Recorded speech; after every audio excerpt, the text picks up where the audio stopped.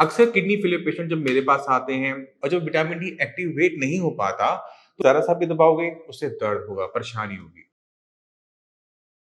नमस्कार, मेरा नाम है डॉक्टर पुरु धवन और आज इस वीडियो में हम बात करने वाले हैं बॉडी पेन के बारे में, जो कि किडनी फेलियर पेशेंट में आम बात होती है। अक्सर किडनी फेलियर पेशेंट जब मेरे पास आते हैं और बात करते हैं कि डॉक्टर साहब मेरी टांग में दर्द हो रहा है, मेरी कमर में दर्द हो रहा है, मेरे कंधे में दर्द हो रहा है, तो उसके पीछे कारण बहुत कॉमन सा होता है जो कि किडनी फेलियर पेशेंट को नहीं पता होता।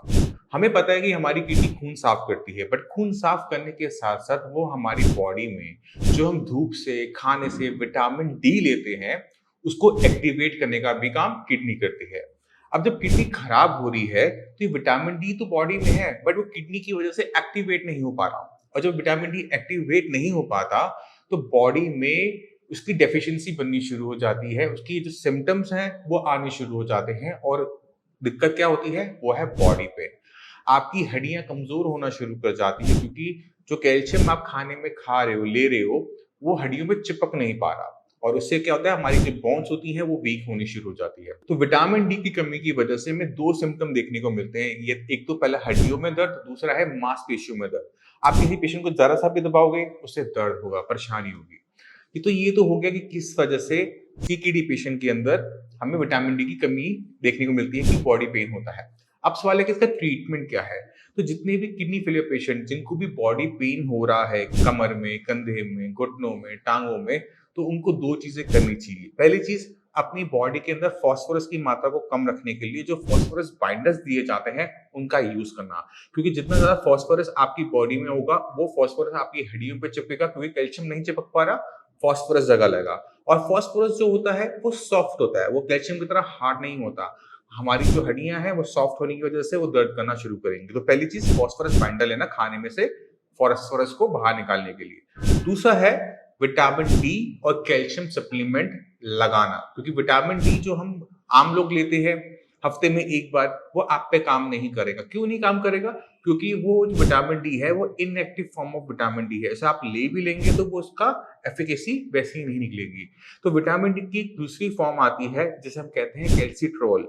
ये विटामिन डी ऑलरेडी एक्टिव होता है, इसको एक्टिव करने के लिए किडनी की रिक्वायरमेंट नहीं होती, और ये डेली बेसिस पे लेना पड़ता है। तो कैल्सिट्रोल 0.25 या 0.5 डिपेंडिंग अपॉन कि बॉडी में कितना पेन हो रहा है, इसको आपने ऐड करना है विद कैल्शियम।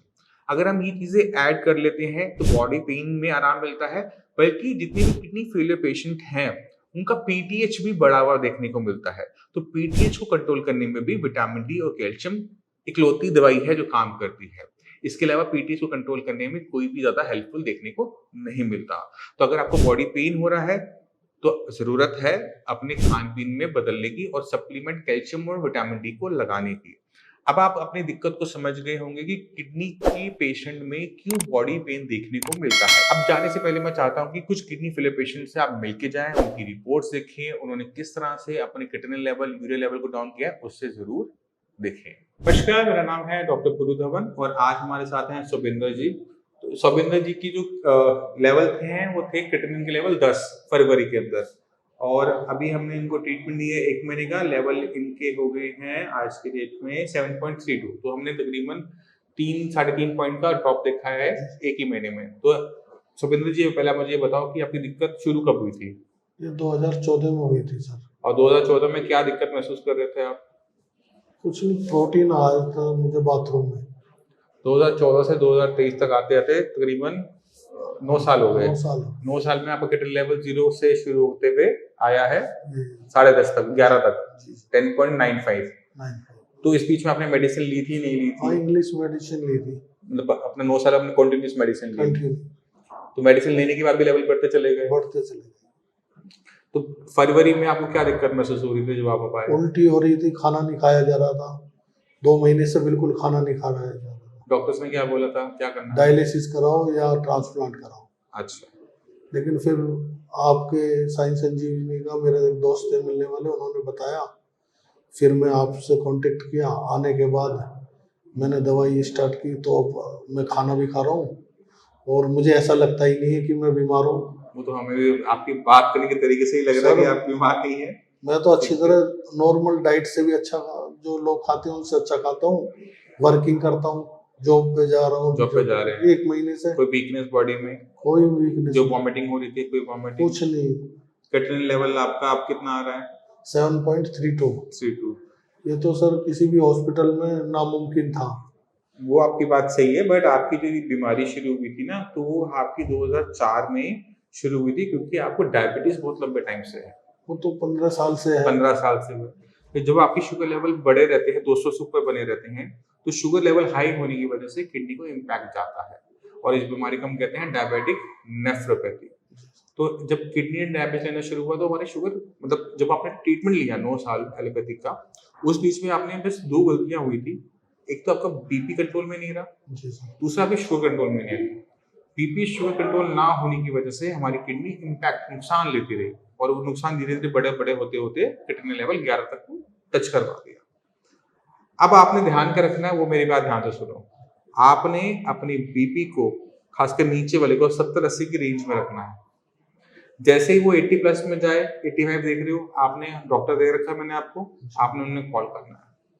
शुगर 180 से नीचे रहनी चाहिए। आज आपकी 200 आई है, बट आज आपको माफी दे रहा हूँ, बट अपनी मेडिसिन जो आपको बताई है शुगर की, वो आप स्टार्ट करोगे, और उसको डेली चेक करो कि मेरी शुगर कितनी आ रही है, खाली पेट भी, खाने के बाद भी। अगर लगता है कि शुगर बहुत ज्यादा आ रही है, तो आपने रिपोर्ट करना है, और अपनी मेडिसिन को बदलने का टाइम हो चुका होता है, तो हम उसको बदलेंगे। क्योंकि अब आपकी उम्र है 48, 50 साल की हो गई, 30 साल मुझे इस किडनी से काम लेना है। 30 साल में तब ले पाऊंगा जब से कोई नया नुकसान ना हो, और नया नुकसान तब तक नहीं आएगा जब तक बीपी शुगर दोबारा से नहीं आता। ठीक है, ये जो लेवल हमारा 11 से जो हमारा ये 7 पर आया है, ये रिकवरी है, क्योंकि डायबिटिक नेफ्रोपैथी के अंदर जो रिकवरी होती है वो अच्छी होती है। अगर यहीं पे किडनी को नुकसान सिर्फ बीपी से हुआ होता, तो ये रिकवरी में ऐसे देखने को ना मिलती।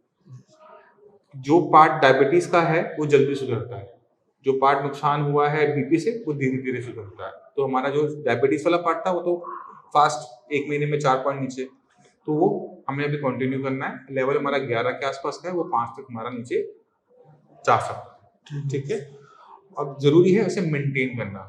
लेवल 5 हो गया ना, उसे 30 साल चलाना भी है। तो खाने का ध्यान रखना कि बॉडी में वीकनेस ना आए, इस चीज का ध्यान रखना। मेडिसिन मिस नहीं करनी है, एक्सर्शन नहीं करनी है, हैवी एक्सरसाइज नहीं करनी है। ठीक है, खाने पीने के अंदर थोड़ी बहुत दाल, थोड़ा बहुत दूध जो दे रखा है उसे आप कंटिन्यू करोगे, और वो ऑलमोस्ट लाइफ टाइम का है, चाय कॉफी बंद रहेगी। ठीक है, इन चीजों का आप ध्यान रखो, बाकी काम हमारा। ठीक है, तो अब ये बताओ कि हमारा जो एक्सपीरियंस रहा साइंस इंजीनियरिंग के साथ कैसा रहा? डॉक्टर साहब, मैं तो यही कहूँगा कि लोगों से कि कहीं ना जाके यहाँ आए, और इतना अच्छा इलाज है और इतनी अच्छी सपोर्ट से आप बात करते हो। पेशेंट आता तो वैसे ही ठीक हो जाता है आपको देख के। नहीं, देखो, आपको ना बीमारी को समझना पड़ता है, और पेशेंट अगर बीमारी को समझना शुरू कर देता है ना अपनी बीमारी को, तो वहां से काफी हद तक इलाज हो जाता है। क्योंकि बीपी हम आके रोज चेक नहीं कर सकते, शुगर हम रोज आके चेक नहीं कर सकते, ये दोनों ही मशीनें अवेलेबल है। पेशेंट को चाहिए कि अपना बीपी शुगर रोज चेक करे, वो भी दवाई खाने से पहले लिखे उसको। अगर लगता है कि दिक्कत है, तो मैं तो डॉक्टर दे रहा हूँ यहाँ से, जी जी। फटाफट इस पर एक्शन ले। क्योंकि जितना आप डिले करोगे, मान लो आपका बीपी बढ़ा हुआ है, आप सोच रहे मेरी डॉक्टर के साथ डेट 1 महीने की बात की है, आप 1 महीने बाद जाओगे, तब तो जो नुकसान होगा वो रिपोर्टों में भी दिखेगा। तो आपको बहुत तेजी से एक्शन लेना होता है। तो अगर आप किडनी के पेशेंट हो, बीपी शुगर आपका हाई रहता है, तो उसमें बहुत शिफ्टली काम करो, बहुत स्पीड से काम करो कि वो कंट्रोल में रहे। क्योंकि किडनी को एक बार जो अंदर हिस्सा मर गया, वो किसी भी कीमत में जिंदा नहीं होने वाला। आप जिंदगी पार्ट को, जो बीमार है, काम नहीं कर रहा, उसको बस काम पे लेकर आ सकते हो। इसी वजह से लेवल आपका 11 था, वो नॉर्मल नहीं होगा, वो 5-6 तक कहीं पर जाके कहीं पे वो रुकेगा। 7 पर हम आ गए 1 महीने में, 1-2 महीने के अंदर हम वो 6 को टच कर जाएंगे। फिर वहां पे मेंटेन करने वाला काम है। अच्छा ये होता है कि किडनी को नुकसान पहुंचने ही मत दो, उसको नुकसान इतना बड़ा होगा उतनी परेशानी हमारी बढ़ती है। ठीक है, तो आप लोगों ने जो किडनी के पेशेंट हैं, इस वीडियो को देख रहे हैं, तो अपनी बीमारी को समझने की कोशिश करो कि आपकी किडनी को नुकसान किस वजह से हो रहा है, और क्या गलती कर रहे हो कि आपका क्रिएटिनिन लेवल बढ़ता जा रहा है। अपनी मेडिसिन निकालो, एक एक मेडिसिन को गूगल पे खुद ब खुद सर्च करो कि आप ये मेडिसिन किस पर्पस के लिए खा रहे हो। आग बंद करके मत खाओ, तो आप खुद ब खुद समझना शुरू करोगे कि जो भी मेडिसिन आप ले रहे हो आज की डेट में, उसमें कोई भी किडनी की मेडिसिन नहीं है। क्योंकि एलोपैथी में अब तक किडनी की मेडिसिन बनी ही नहीं है। तो इस वजह से मेडिसिन लेते लेते भी हमारे लेवल बढ़ते चले जाते हैं। तो जरूरत है अवेयरनेस की, जरूरत है आप अपनी बीमारी को समझो और उसके लिए आप जो ट्रीटमेंट ले रहे हो उसको भी समझो कि वो मेरी बॉडी पे कैसे एक्शन लेने वाला है। एलोपैथिक मेडिसिन जरूरी है बीपी शुगर को कंट्रोल करने में, बट वो किडनी को रिवाइव नहीं कर सकता। डॉक्टर साहब जैसा आपने बताया उसी हिसाब से मेडिसिन ले रहा हूँ मैं, और पहले तो पेट भी ठीक नहीं रहता था, अब तो पेट भी ठीक रहने लगा। देसी दवाई है ना, वो काम पेट पर पूरा पूरा करती है। काम कर रही है। अब मुझे बिल्कुल भी फीलिंग ये नहीं हो रहा कि मैं बीमार हूँ डॉक्टर साहब। और आत्मा वो बढ़ गया कि जब 1 महीने में 4 कम हुआ है तो दूसरे महीने में इतनी उम्मीद मत रखना, दूसरे महीने में फिर भी 1-2 तो कम होगा। हाँ, अगर वाले अभी जो 7.3 आ रहा है वो अगर मान लो 7 भी आता है, 6.5 भी आता है, वो सफिशिएंट है, क्योंकि स्पीड डाउन होती है। जी जी। स्पीड डाउन होती है और हमारी जो लिमिट है वो 11 से थी वो हम 5 तक, ये तो अब डिस्टेंस कम रह गया है। और टाइम बहुत इंपॉर्टेंट होता है। आपके शरीर में कहीं जख्म होता है तो वो टाइम से भरता है, अगले दिन तो भरेगा नहीं ना, चाहे आप जितनी अच्छी मर्जी पट्टी कर लो, जितना मर्जी अच्छा आप लोशन लगा लो, वो ठीक तब होगा जब उसे टाइम मिलेगा। किडनी के साथ भी ऐसा है, किडनी अगर रिकवर करना चाहती है तो टाइम देना बहुत जरूरी है। अगर टाइम हम तब दे पाते हैं जब उसके कोई नया नुकसान ना हो, नुकसान रुकेगा तो इसको रिकवरी मिल जाती है।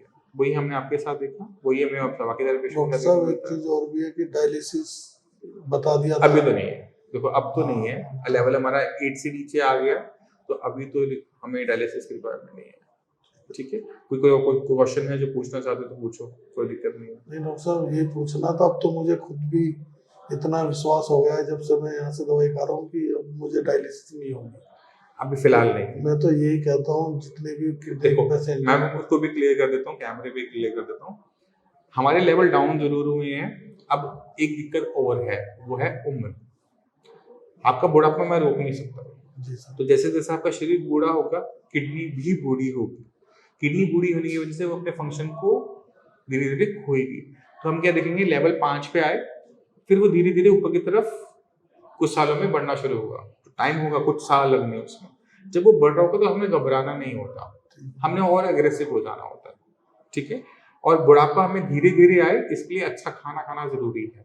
अगर आप खाने में बहुत कमी कर देते हो तो वीकनेस की वजह से बुढ़ापा जल्दी आता है, किडनी स्पीड से खराब होती है। तो उन चीजों का ध्यान रखते हुए खाना अपना अच्छा बनाए रखना, और कोशिश ये रहेगी कि इस जन्म में आपको ना डायलिसिस करवाना पड़े ना ट्रांसप्लांट तो करवाना। सर डॉक्टर साहब इतना तो बहुत है, ये तो मैं भी समझता हूँ कि वो चीज तो होगी नहीं जो हाँ, बीमारी तो साथ रहेगी, लेकिन ये है कि 10-5 साल बिना डायलिसिस के निकल जाए। 10-5 साल से ऊपर निकल जाएंगे आपके। मैं डॉक्टर साहब इतना निकल लंबा जाएगा निकल तो जाएगा। आपका बड़ा धन्यवाद, हाथ जोड़ के रिक्वेस्ट है इतना हम करते हैं, आप बस बीपी शुगर को ठीक रखोगे तो हम आपको 20 साल तो 10-15 साल का उम्मीद करते हैं कि आराम से हमारे। डॉक्टर साहब ये इतना तो किसी भी जगह गया हूँ कहीं से रिस्पॉन्स नहीं मिला था इतना। नहीं, वो हो जाएगा, बस आपने जो आपको समझाया बीपी शुगर उसका आपने ध्यान रखना है। ठीक है, तो उम्मीद करता हूँ इस वीडियो से आप काफी कुछ सीखे सुबिंदर जी से, कि हम अपनी किडनी को काफी हद तक सुधार कर सकते हैं, बट हमें शर्त यही होती है कि जिसकी वजह से किडनी खराब हो रही है उसे कंट्रोल में लेकर आना।